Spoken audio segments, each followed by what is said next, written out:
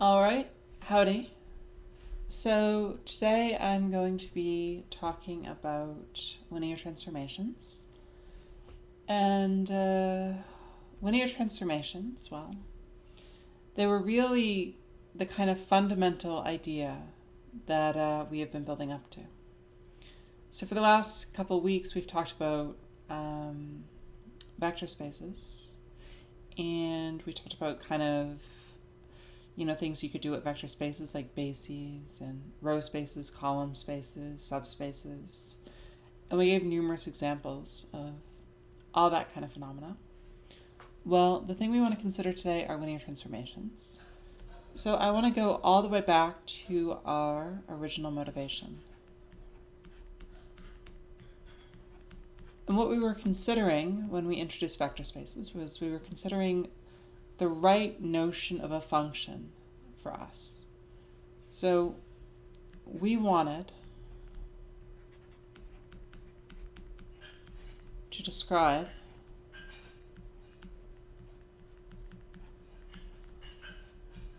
functions of a special kind.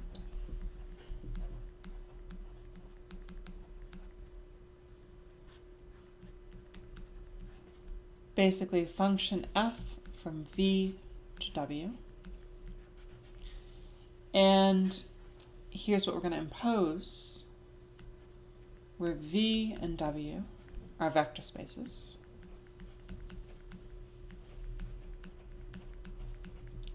And so f is a function from one vector space to another vector space, but it is not just an arbitrary function. It's in fact a function that satisfies the following special properties, which is that for any vectors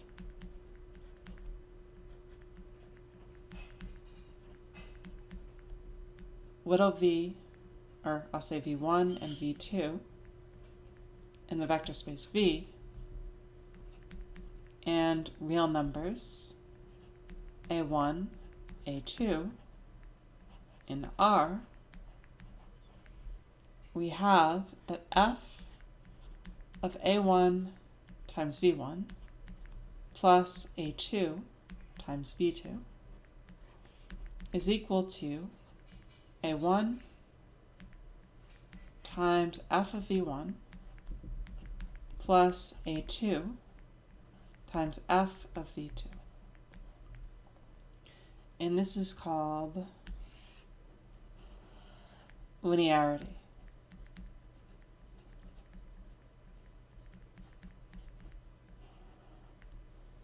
So we're essentially looking for functions that respect the addition of vectors and the scalar multiplication of vectors. Because in particular, this implies that f of v1 plus v2 is equal to f of v1 plus f of v2. It also implies that f of a1 times v1 is the same as a1 times f of v1. So this is what it means for a function to be linear. And linear transformations, which is what we call these,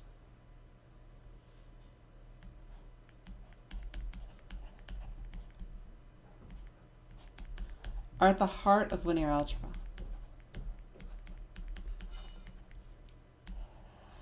And so I'm going to give numerous examples today of linear transformations. You've already seen many of them, and we will see many more. So let's start with a simple example. This will be example 1. And what I'm going to do is I'm going to take my vector space V to be R2. And I'm going to take my vector space W to be R2. And I'm going to look at a linear transformation from R2 to R2 that sends a vector AB to the vector 3A, 3B. And my claim is that L is a linear transformation.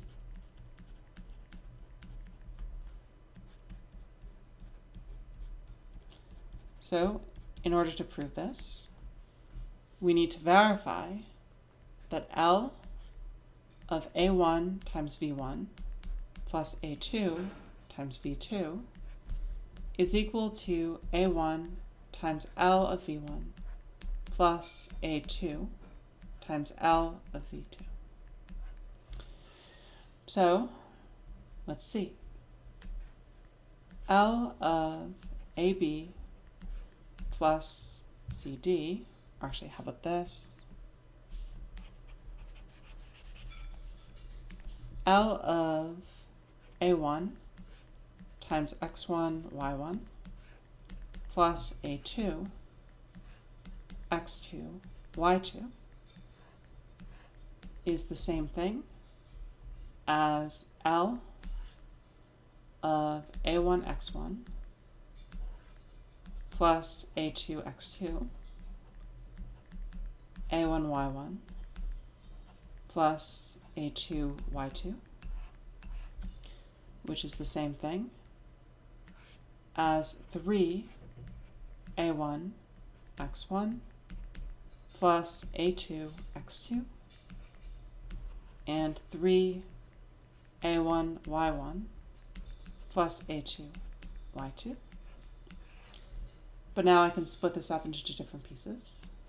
And this is the same thing as A1 times 3x1, 3y1 plus A2, excuse me, A2 times 3x2, y2, or sorry, 3y2, which is the same thing as A1 times L of x1, y1 plus A2 times L of x2, y2.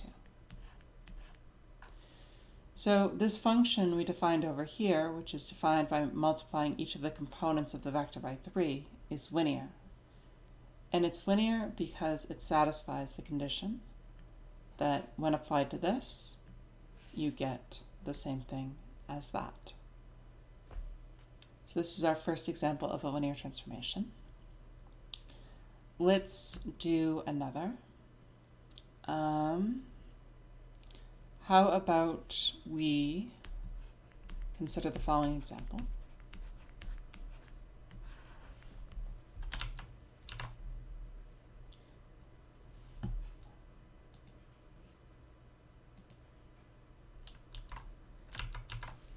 We set V to be R2, and we set W to be R, and we define L of the vector xy to be equal to x plus y. Well, if we do that, then I claim that L is a linear transformation.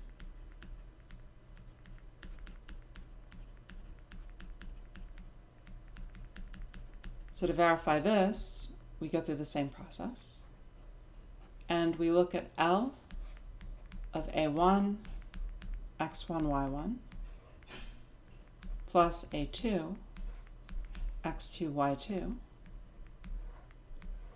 Well, this will be the same thing as L of A1, x1 plus A2, x2, A1, y1 plus A2, y2, which will be the same thing as A x1 plus A2, x2 plus A1, y1 plus A2, y2. Now I can simply rearrange things here. A1, x1 plus A1, y1 plus A2, to x2 plus a2 y2. And I can factor the a1 here, the a2 here.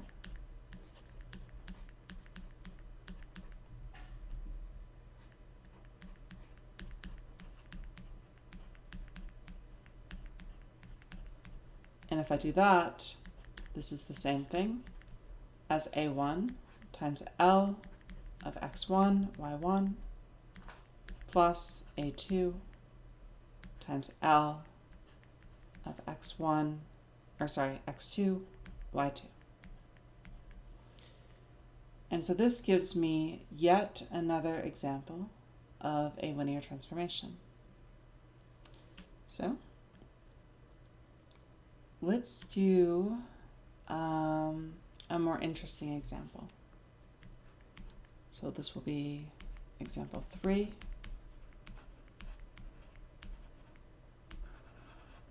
In this case, I'm going to take V to be P3 polynomials of degree at most 3. And I'm going to take W here to be equal to P2. And this is going to be polynomials of degree at most 2. And I'm going to be interested in a linear transformation from P3 to P2 defined as follows. L of ax squared plus bx plus c is going to be the same as d dx of ax squared plus bx plus c, which of course is simply 2ax plus b. So the claim here is that L is a linear transformation.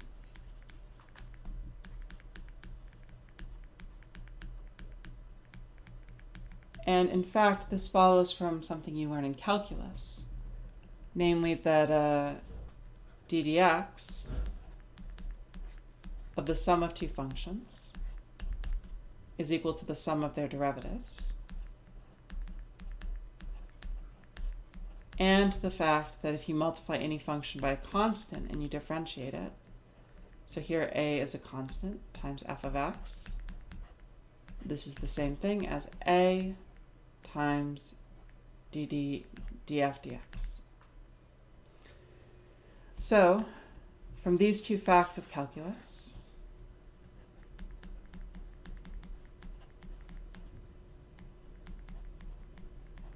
we're able to conclude that L is a linear transformation. In fact, we can note that differentiation here can be conceived as a linear transformation on a much bigger space. So this will be our example 4. What we can do is we can consider V equal to the set C1 of AB.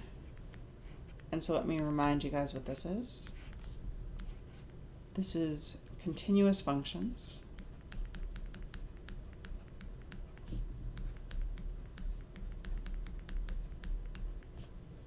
on AB with continuous derivatives.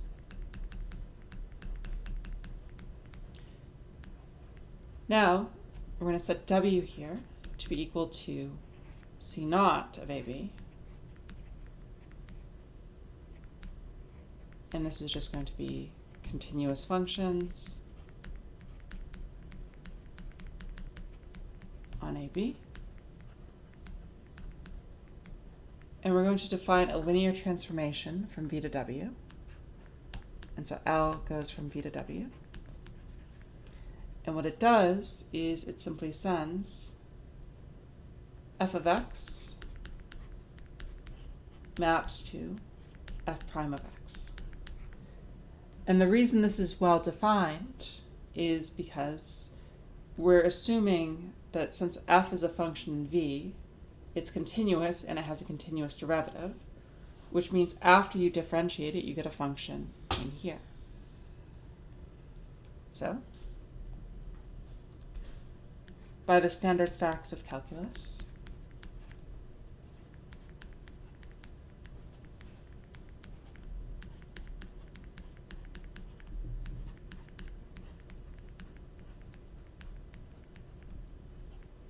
L is a linear transformation.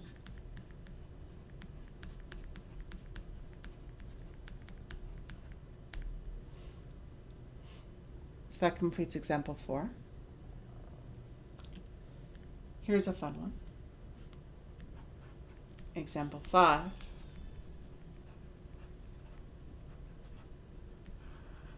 Rotations.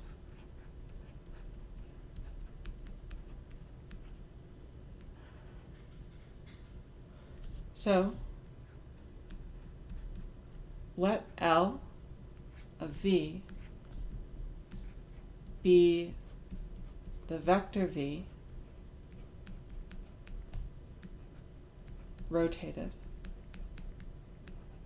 counterclockwise. I'm going to give it a subscript theta.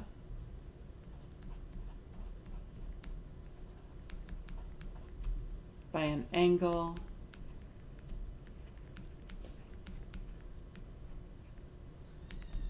then L is a linear transformation.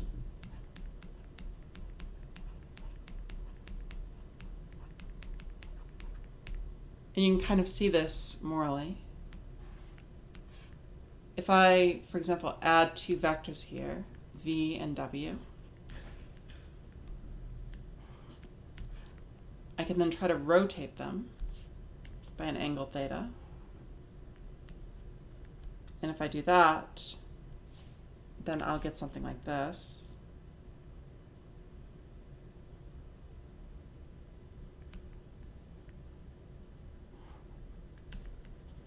And you can see that the sum of v and w is going to be the same after rotating by theta as the sum of the rotations. And you can also see geometrically that rotations preserve scalings. And that's what shows that this is a linear transformation. I don't want to do out all the details right now. And so this gives us at least some examples of linear transformations. So let me state one of the most important ones. Matrices, or matrices. So example 6, matrices. So let A be an M by N matrix. Then we can regard it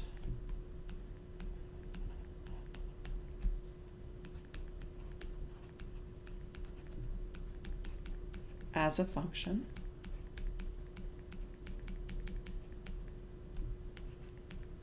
from Rn to Rm, and it is a linear function, or I should say linear transformation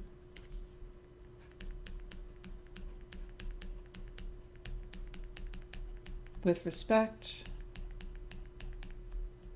to the natural vector space structures.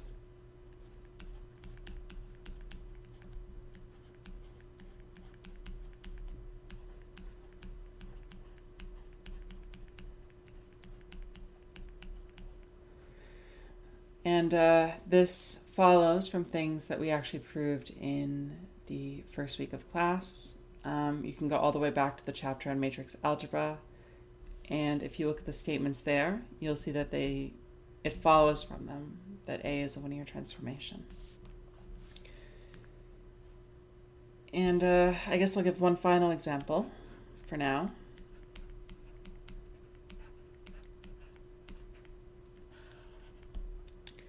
So for example 7, what we're going to do is we're going to consider V to be C0 of AB. So these are just, as before, continuous functions on the interval a to b. And W is also going to be C0 of a to b. And we're going to define a linear transformation from V to W by sending f of x to the integral from from a to t of f of x dx. And this will be a function g of t. So this gives us another linear transformation. And one interesting thing to note is that the way this linear transformation behaves with this linear transformation all the way back here is that in some sense they are partial inverses to each other. And that of course follows from the fundamental theorem of calculus. So now we have a bunch of examples, and we can start giving some definitions. So here's the first definition. Let L from V to W be a linear transformation.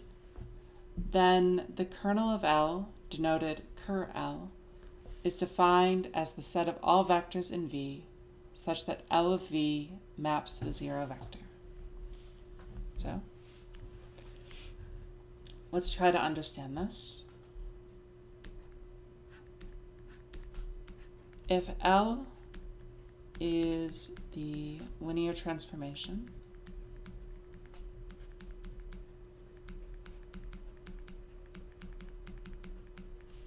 associated with a matrix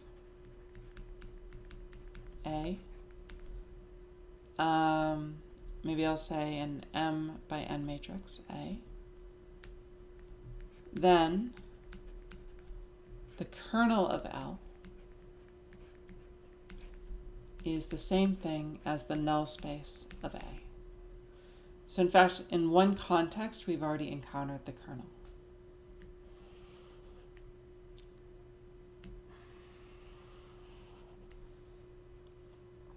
Yeah. So if L is the differentiation operator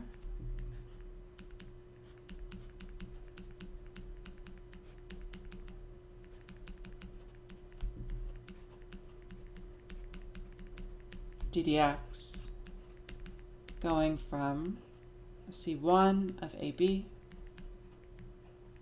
to C0 of AB,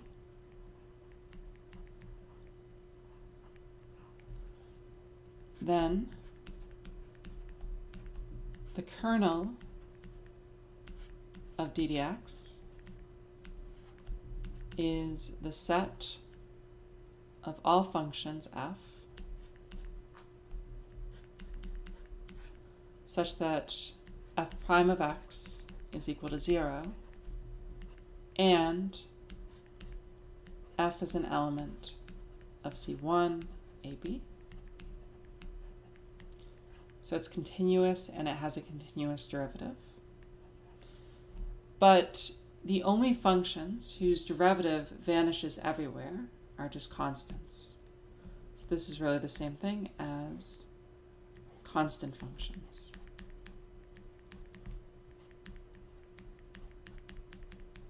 So this is another example of a kernel.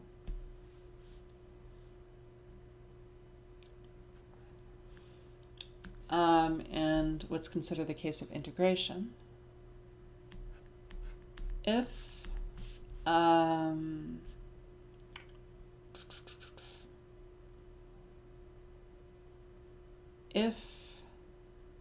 L is the linear transformation from C naught AB to C naught AB,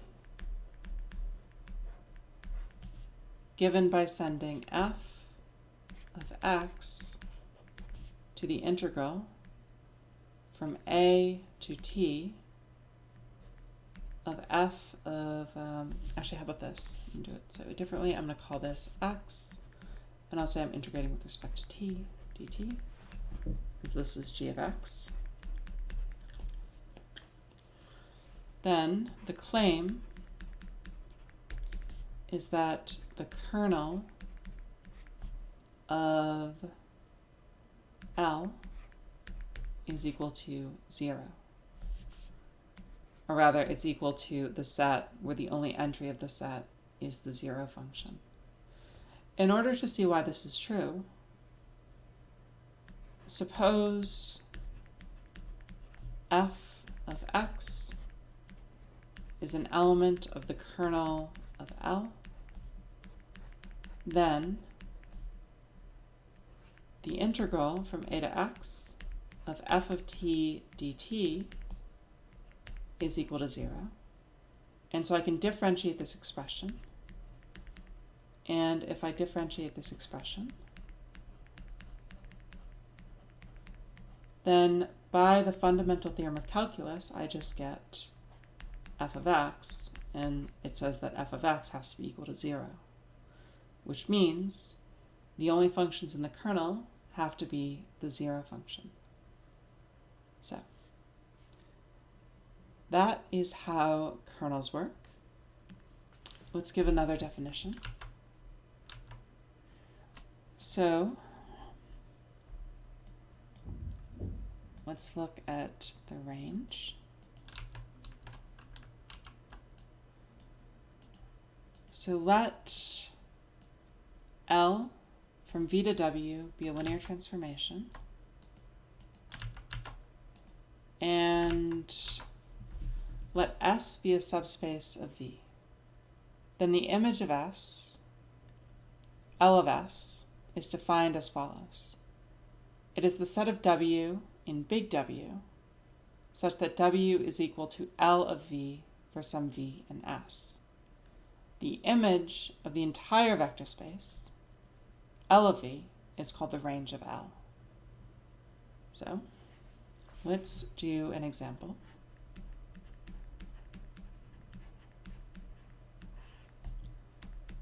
Suppose that V is Rn, W is Rm, and L is associated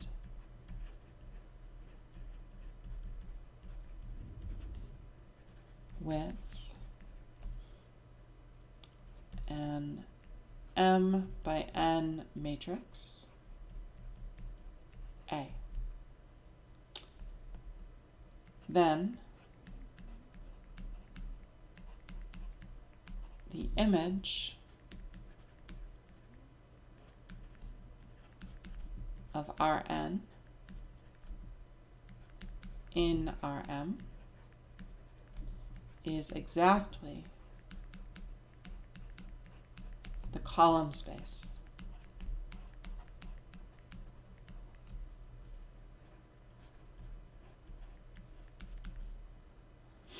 of A. In order to see why this is true, simply observe that if we look at a vector x1, x2, blah, blah, blah, blah, blah, xn, and we multiply it by our matrix A, this is the same thing as x1 times the first column of A plus x2 times the second column of A plus blah, blah, blah, blah, blah, xn times A or times the nth column of A. So the image of this generic vector corresponds to a linear combination of columns of A, and the set of all such columns is precisely the column space of A. So that's one example.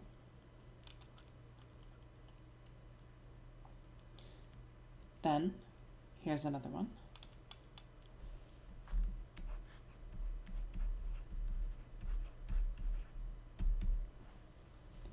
Let's consider the linear transformation given by integration.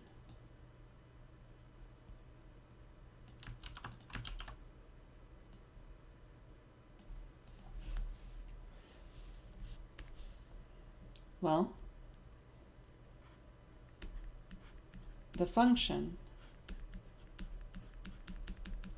g of x equals L of x is differentiable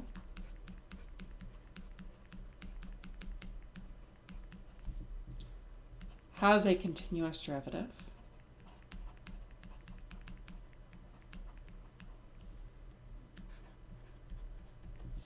or wait, sorry, this is L of f of x is differentiable, has a continuous derivative, and satisfies g of A is equal to 0. So the image L of C naught of AB is precisely the set of functions f of x, or actually g of x,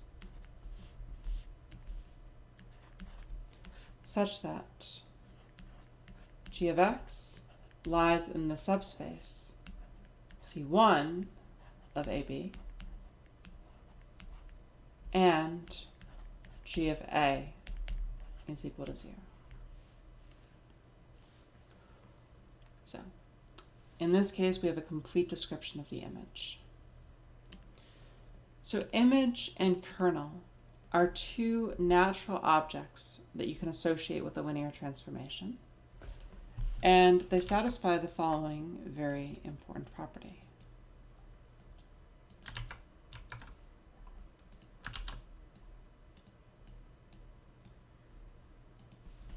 The kernel of L is a subspace of V, and for any subspace S of V, L of S is a subspace of W.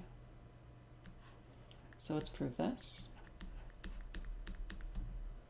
Suppose V1, V2 are elements of the kernel of L, and A1, A2 are real numbers. Then L of A1, V1 plus A2, V2 is equal, by linearity, to A1 times L of V1 plus A2 times L of V2, which, because these are both in the kernel, these have to be the 0 vectors. This is the same thing as A1 times the 0 vector for W plus A2 times the 0 vector for W, which is the same as the 0 vector for W. So the linear combination of V1 and V2 is also in the kernel. So we conclude that the kernel of L forms a subspace. And so that proves the first part of this theorem. Now let's prove the second part.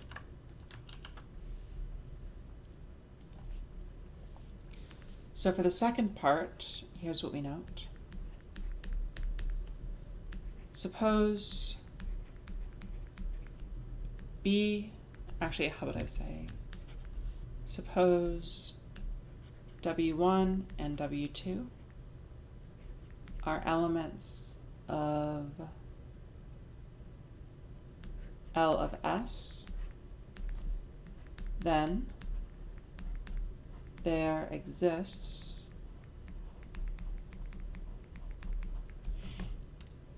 V1, V2 in my subspace S with L of V1 equal to W1 and L of V2 equal to W2. So, because S is a subspace, A1 times V1 plus A2 times V2 is also an element of S, where A1, A2 are real numbers. And this implies that A1 times L of V1 plus A2 times L of V2, and this will be the same thing as A1 W1 plus A2 W2, is an element of L of S. So given any two vectors in L of S, all their linear combinations are also in L of S. So it follows that L of S is a subspace. And that completes the second part of the proof. So, moving on, let's do another kernel computation. So this time, I'm going to look at V to be C2 of AB. And what this is going to be is this is going to be functions f of x such that f prime of x and f double prime of x. Oh, by the way, these are functions on AB to the round numbers, such that f prime of x and f prime of x, or f double prime of x, exist and are continuous. And I'm also going to set W here to be C naught of AB. And I'm going to consider the operation L from V to W such that L of f of x is equal to f double prime of x. And what I want to do is I want to find the kernel of L. So the kernel of L is going to be the set of functions f double prime of x, or sorry, the set of functions f of x such that f double prime of x is equal to 0. But if f double prime of x is equal to 0, this is the same thing as the set of functions f of x such that f prime of x is equal to b, where b is constant.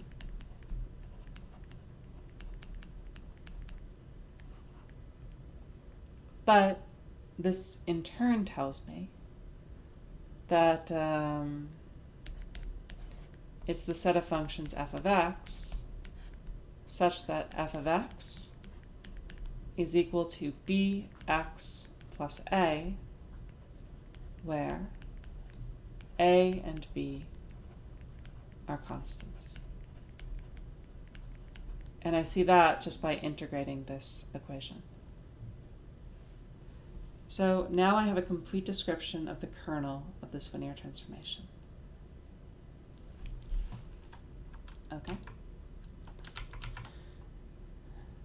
So the next thing I want to do is I want to consider matrices and particular linear transformations from Rn to Rm. So let L be a linear transformation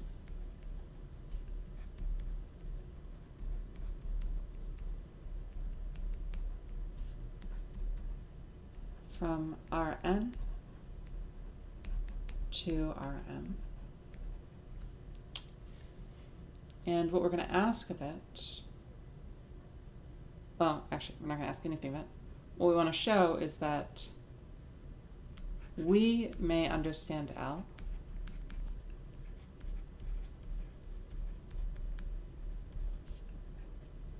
as a matrix. So here's how to make this clear. Let E1 through En be the standard basis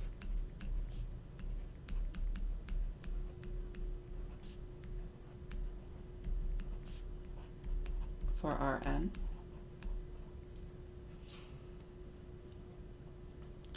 And consider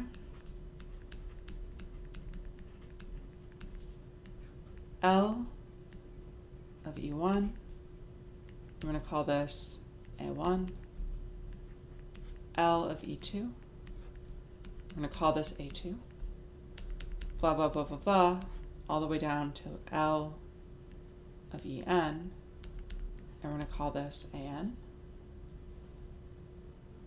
And the AI are vectors in Rm, and we may regard them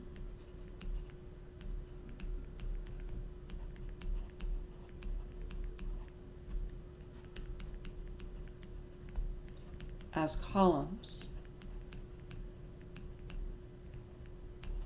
of a matrix A. So the first column of the matrix A is A1, A2, blah, blah, blah, all the way until An. And so here's the big important claim here.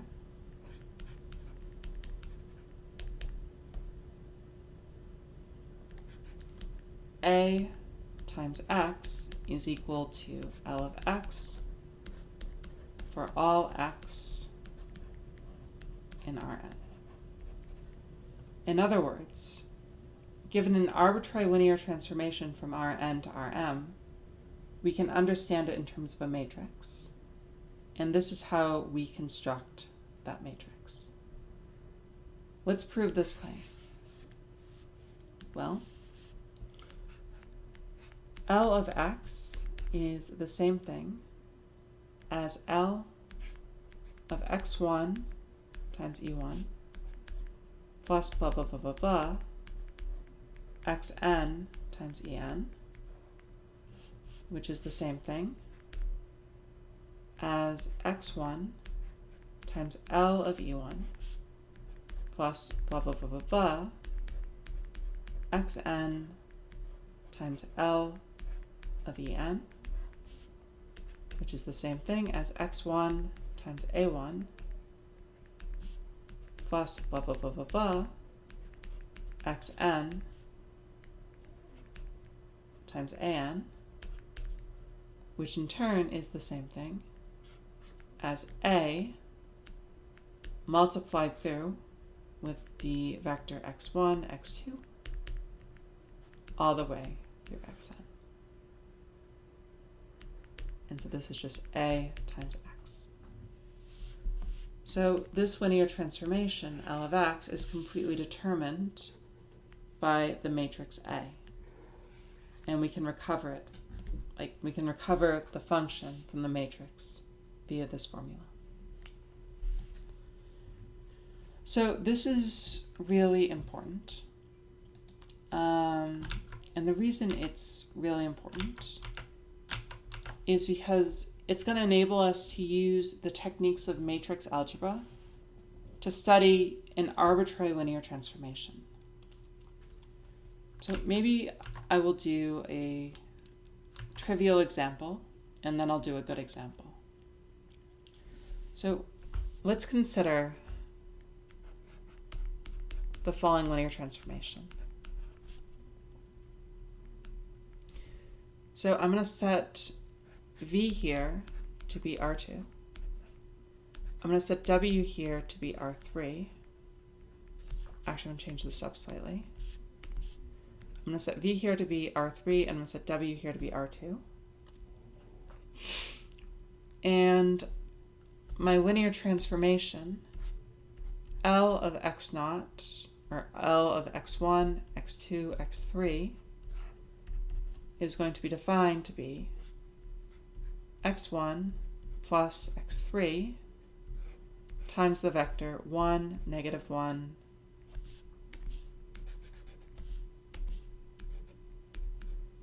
and then plus 7, 8 times x2. So here's what we want to show, or what we want to do actually. We want to find the associated matrix.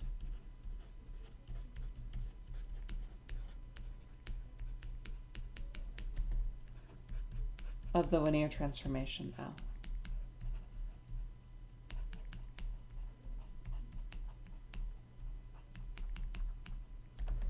So in order to do this, what we're going to do is we're going to feed L the standard basis vectors.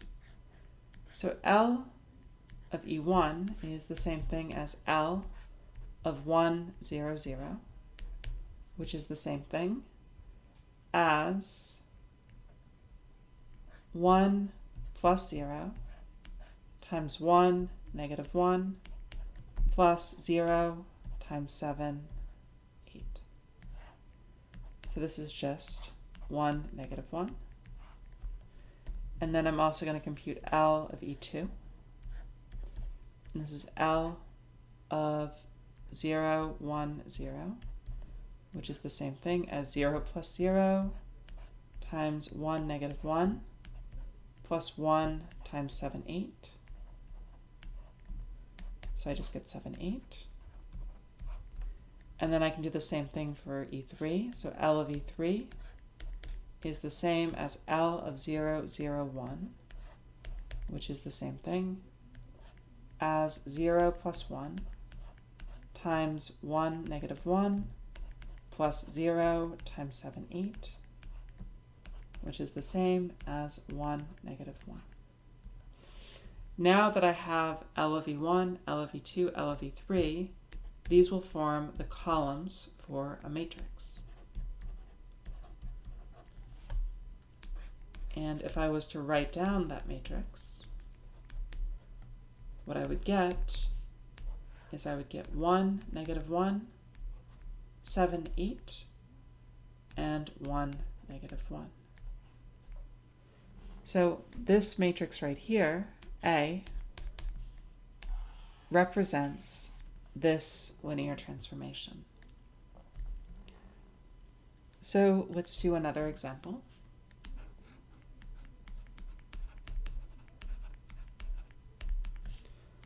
Let L be the linear transformation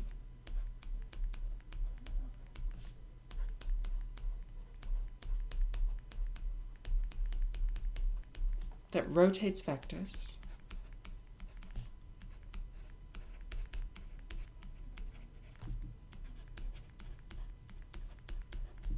by an angle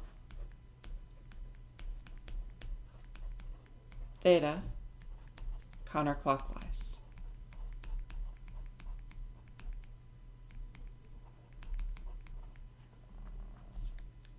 And what we want to do is we want to find a matrix representation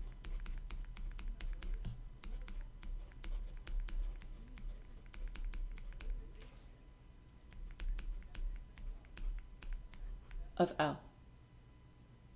So to find a matrix representation of L, here's what we do.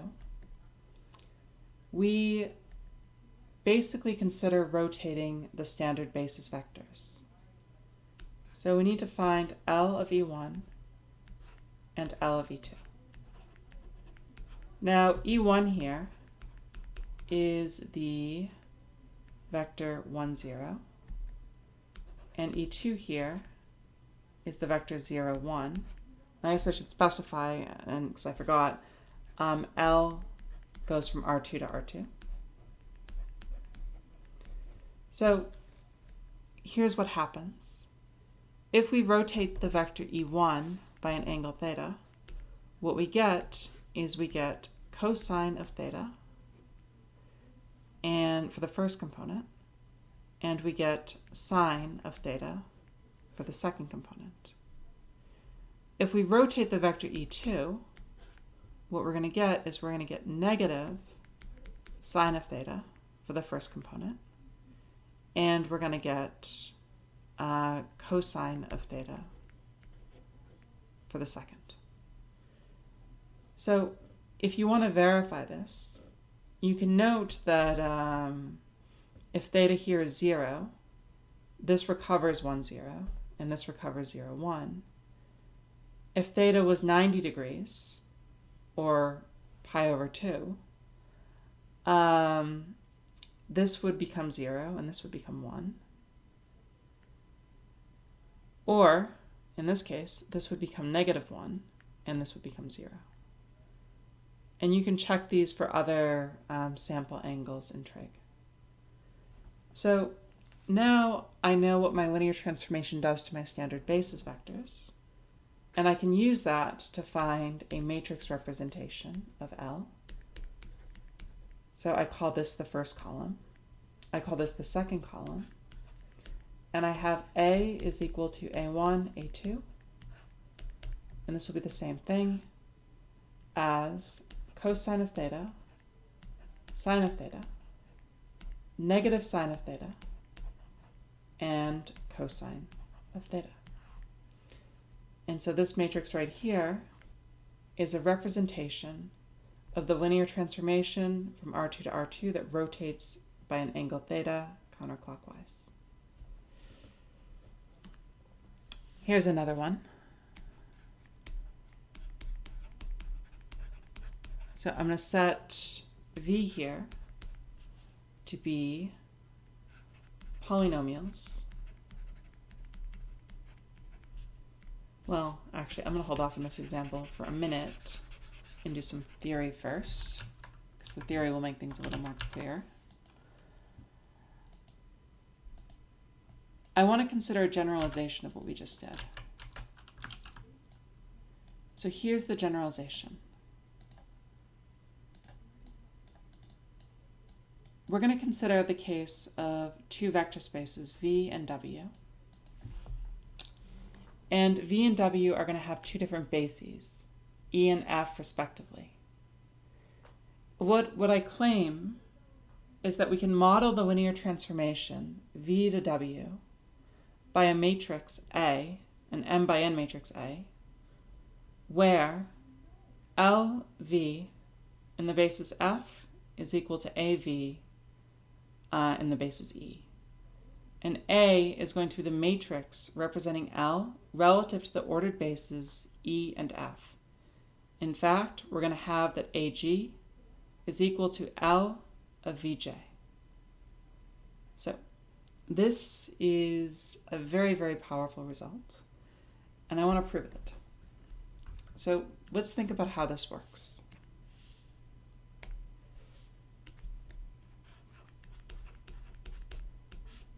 So I have my bases V1 through Vn. And what I can do is I can apply my linear transformation L to the vector Vi. If I do that, I'm going to get a vector in W, so I can express it in terms of the basis W1 through Wm. So I can write A, so this will be A, 1I, so I have two subscripts, W1 plus A 2I W2 plus A 3I W3 plus blah blah blah blah blah A MI WM.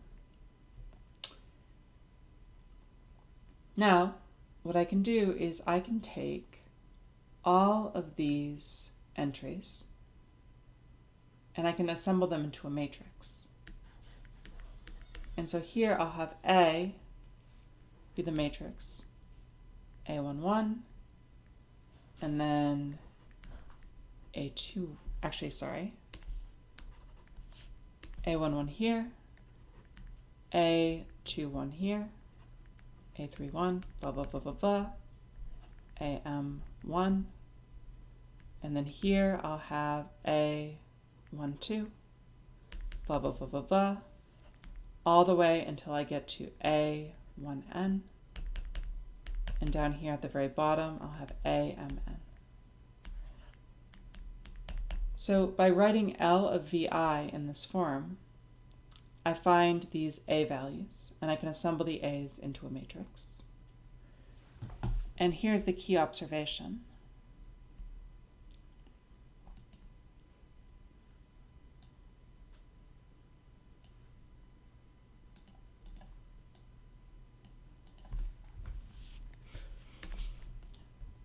If I look at my vector V, so V now is an arbitrary vector in my vector space V, and I look at its component vector with respect to E, then I'm going to get something like x1 through xn.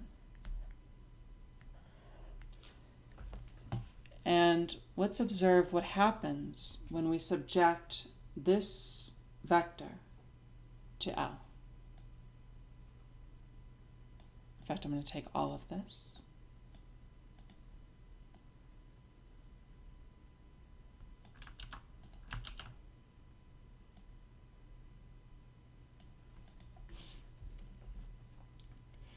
Then I have that L of x1 v1 plus blah blah blah blah blah xn vn is going to be the same thing as the sum from I equals 1 to n of A 1I times xi times w1 plus blah blah blah blah blah, and then the sum from I equals 1 to n of A mi times xi times wm. But we can recognize this. We'll call this C1 here, and we'll call this CM, and label the ones in between likewise. We have that C1, C2, blah blah, CM is exactly what you would get if you multiplied x1 through xn with the matrix we had on the previous slide.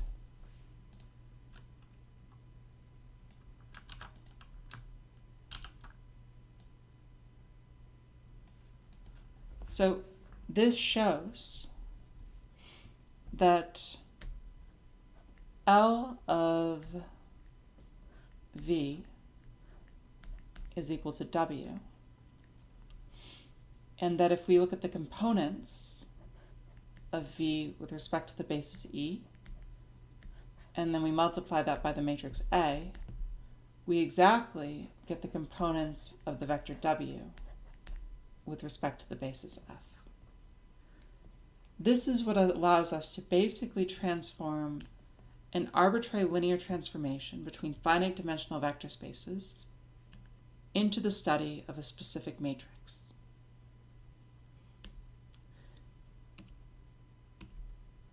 Now, what I want to do is I want to show examples of how this can be used in practice.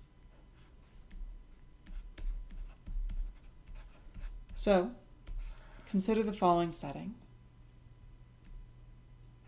V is going to be P3.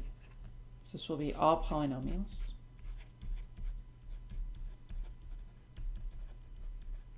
Of degree 3. W is going to be P2, all polynomials.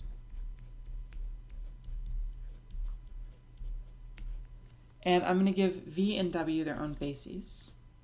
So the basis E for V is going to be 1x squared x cubed.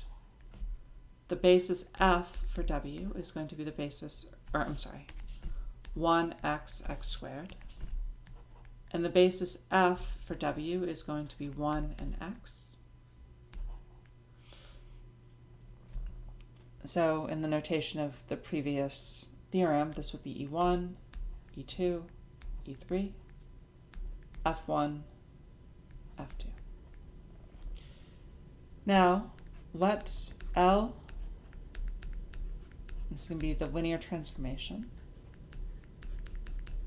of differentiation.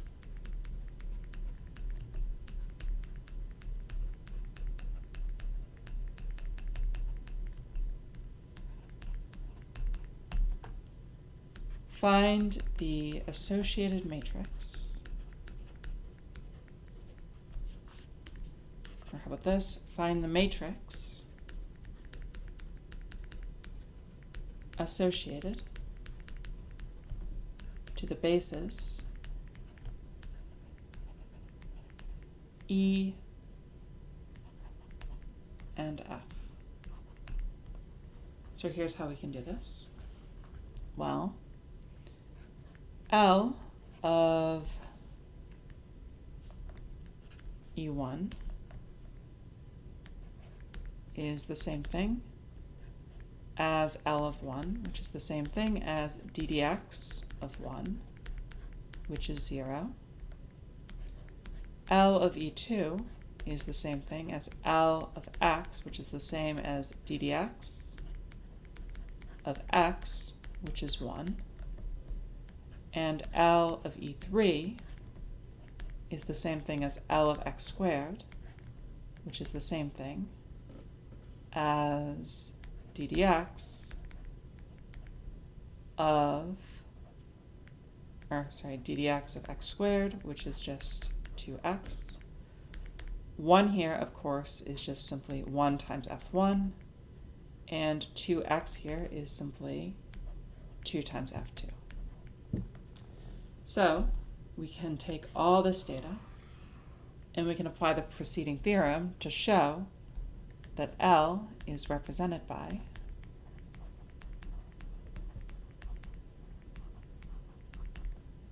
the matrix A, and the first column of A is going to be 0, 0.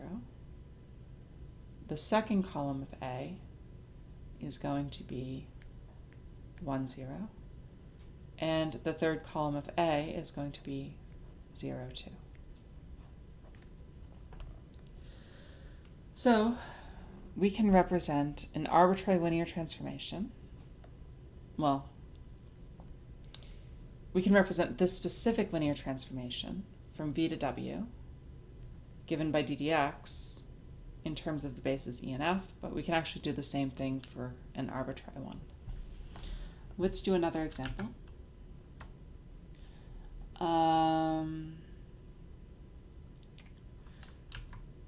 Consider the following. So,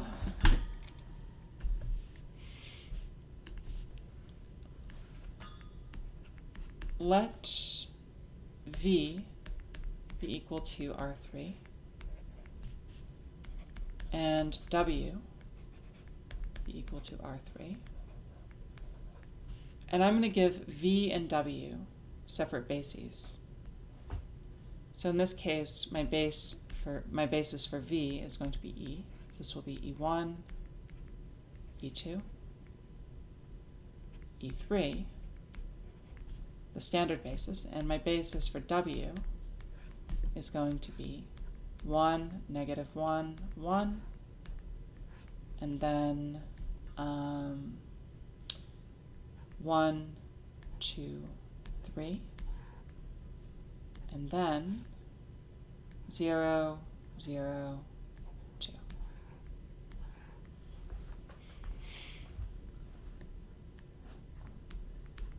Let L be the linear transformation from R3 to R3 given by sending L of X, or I'll say L of V, is equal to 5 times V. Express L as a matrix with respect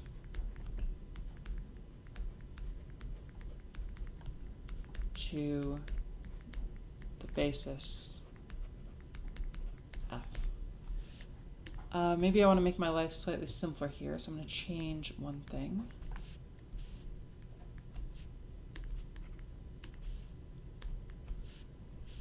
I'm going to make this 2 and 3, and I'll keep this as 1. Okay, so here's what I need to do. I need to look at L of E1, and so this is going to be 3 times E1, which is precisely the vector, 3, 0, 0. And I need to write it in terms of this basis. So I have to write it as A1, or actually I'm choose different letters.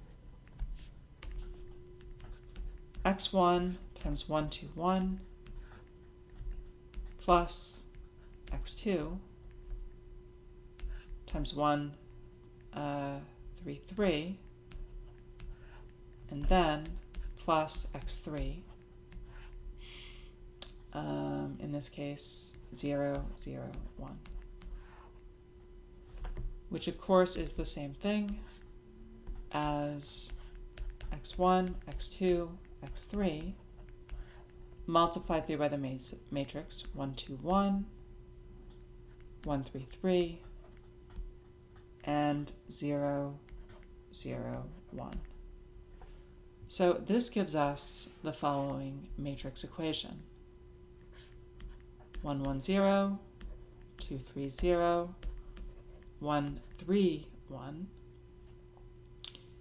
and when multiplied with x1, x2, x3, I get 3, 0, 0. And what I really want to do here is I want to solve for x1, x2, and x3. So here's how we do that. We take this matrix equation and we solve for the inverse of the matrix. And then we multiply that to find our solution. So if this is my matrix B, I want B inverse. So here's how we do that. We go about our usual inverse finding process. We set up the following augmented matrix. 1, 1, 0, 2, 3, 0, 1, 3, 1, 1, 1, 1, 0, 0, 0, 0, 0. First thing I'm going to do is I am going to set, I'm going to subtract 2 copies of row 1 from row 2, and then 1 copy of row 1 from row 3. So row 2 is going to be equal to row 2 minus 2 row 1. Row 3 is going to be equal to row 3 minus row 1. If I do that, I get 1, 1, 0, 1, 0, 0. 0, 1, 0, negative 2, 1, 0, and then negative 1, 0, 1, and 0, 2, 1. The next operation I do is I set row 1 here to be equal to row 1 minus row 2, and I set row 3 here to be equal to row 3 minus 2, row 2. After doing that, I'm going to get the following augmented matrix. 1, 0, 0, 0, 1, 0, 0, 0, 1. The middle row is going to stay the same, so I'll have negative 2, 1, 0 here. And then I will have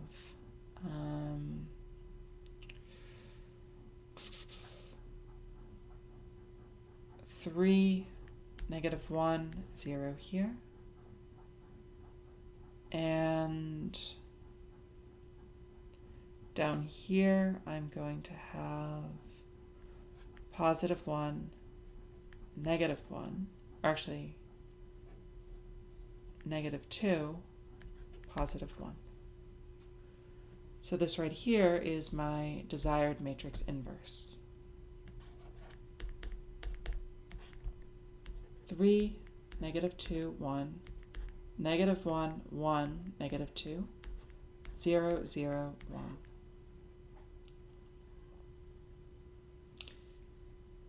And let me just do a sanity check to make sure this all works.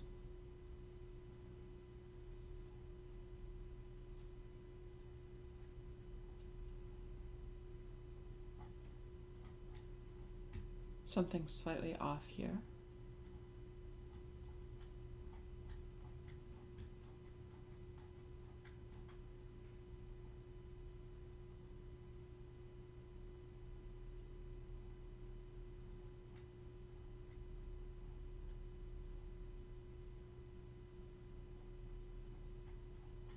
Oh, okay.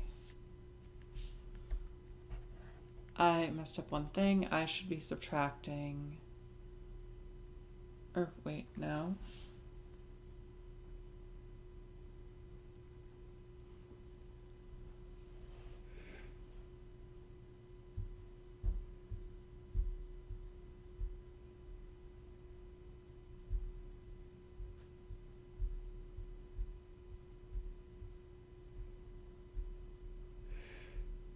Okay, so when I multiply by 2 here, and I subtract, I should be getting 3. That's where I messed up. So I should have had a 3, negative 2, 1. If I do that, everything works out correctly. So now I have B inverse, and I can multiply both sides of this equation by B inverse. If I do that, then I find that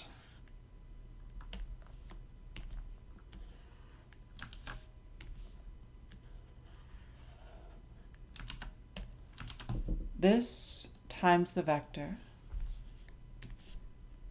3, 0, 0 is equal to 9, negative 6, 9, which will be x1, x2, x3. And so that solves this specific equation up here. Likewise, I can see that L of E2 is the same as writing 0, 3, 0 as x1. Here, I'll just copy paste this, spare myself a little bit of writing.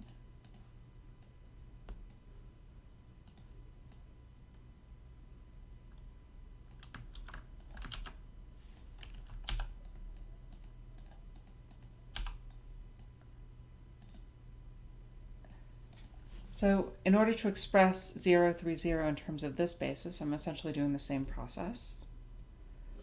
So all I have to do is write down the equation, basically this one right here,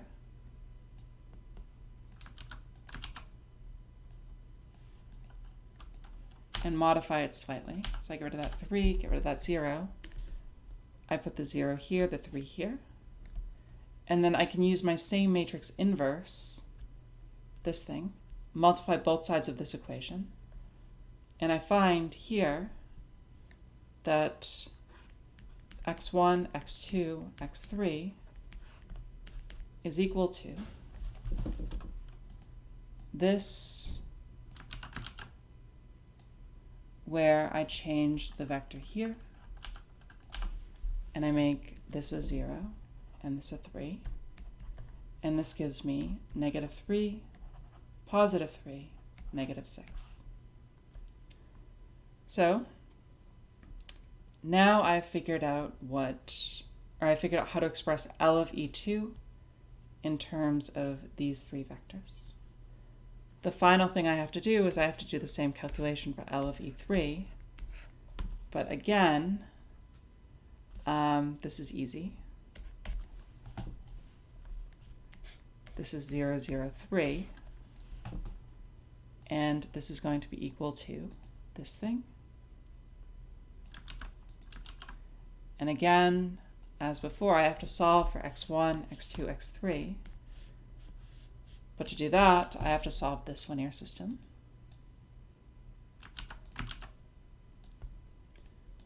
Where now I have the 3 in the bottom component here. And to solve this linear system, I multiply this matrix equation by B inverse. And I find that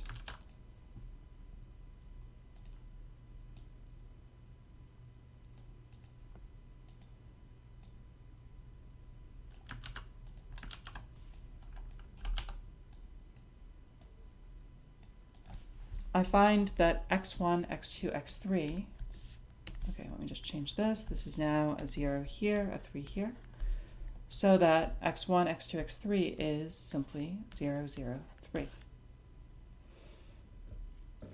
Now I have all the data I need to write down my matrix representation. Because all I have to do is I have to transcribe my work that I've done across these several slides into a matrix. So L can be represented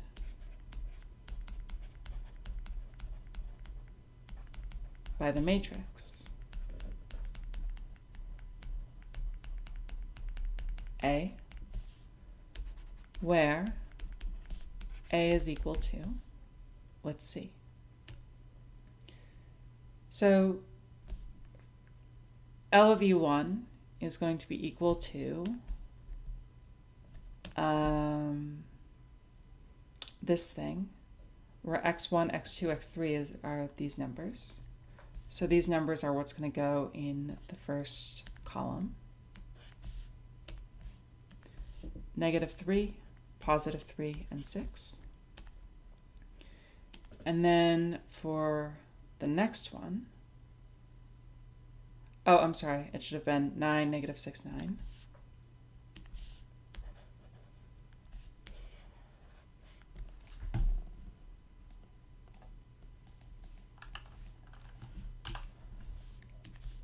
My first column should have been 9, -6, 9.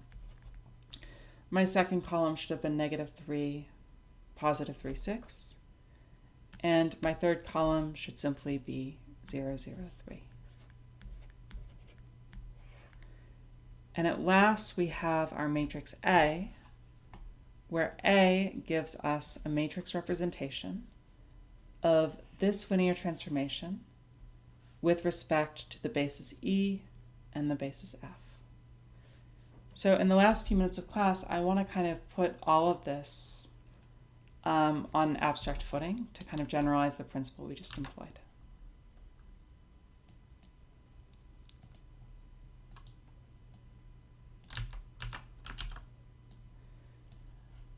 So this is a specific case.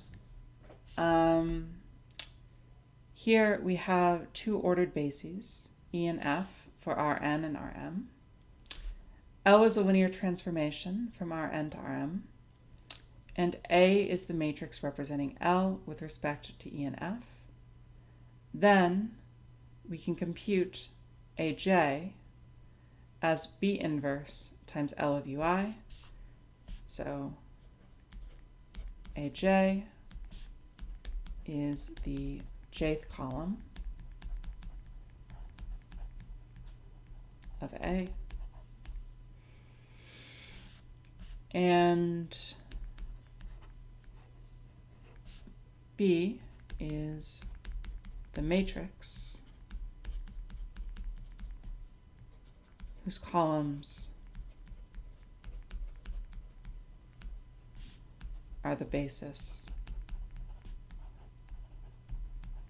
F. So what we're doing right here is we're noting that what we really want to do is we want to kind of find if we write L of Uj as B times x1 through xm, this is the same thing as expressing this in terms of x1 b1 plus x2 b2 plus blah blah blah blah blah xm bm. So in order to express L of Uj in terms of this basis, what we really do is we compute the inverse of B. And by computing the inverse of B, we're able to solve for x1 through xm. And we find that x1 through xm is equal to B inverse times L of Uj. And this is exactly the principle we used in the preceding example to write down our linear transformation. So that is all I have to say for today on linear transformations. Next class, I'm going to do a few more examples of this theorem because it's very important.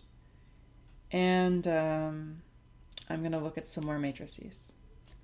So I hope you guys have a nice rest of your day. There will be more homework posted tonight, and it will be due next Wednesday. And the homework for today is due, or the homework that was due today will be due at midnight. So good luck, and hope you guys have a nice weekend. Stay safe.